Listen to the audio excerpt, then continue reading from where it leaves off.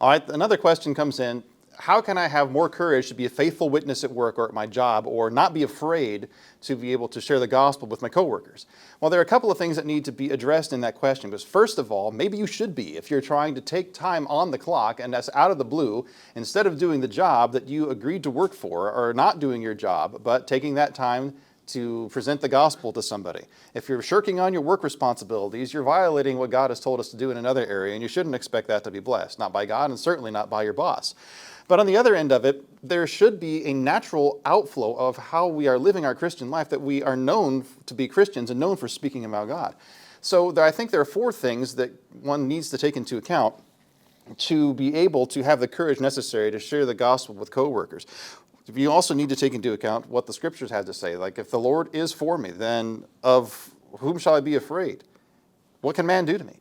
That's out of Psalm 118. So first of all, we talked about the fact that maybe you should be afraid, but another, if you are misusing your time on the clock. But secondly, as I said, it should not be something that is just out of the ordinary or strange for you. You should have such an absorption into the Christian worldview, such a love for Christ, such a devotion to Him, that speaking about God and everything that you do in terms of God is something that comes naturally for you. So any kind of a comment that you're making to someone at work about the gospel, it's almost a kind of an everyday part of the conversation anyway.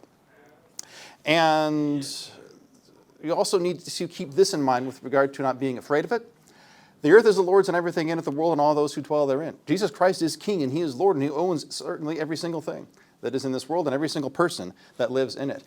Having that understanding and that ownership of it, whatever someone might say in response, or whatever thing that may come up in fear, or whatever company policy you might have to oppose, such as the nonsense and the sexual anarchy that exists today, what we say is this: if God is for me, what can man do to me?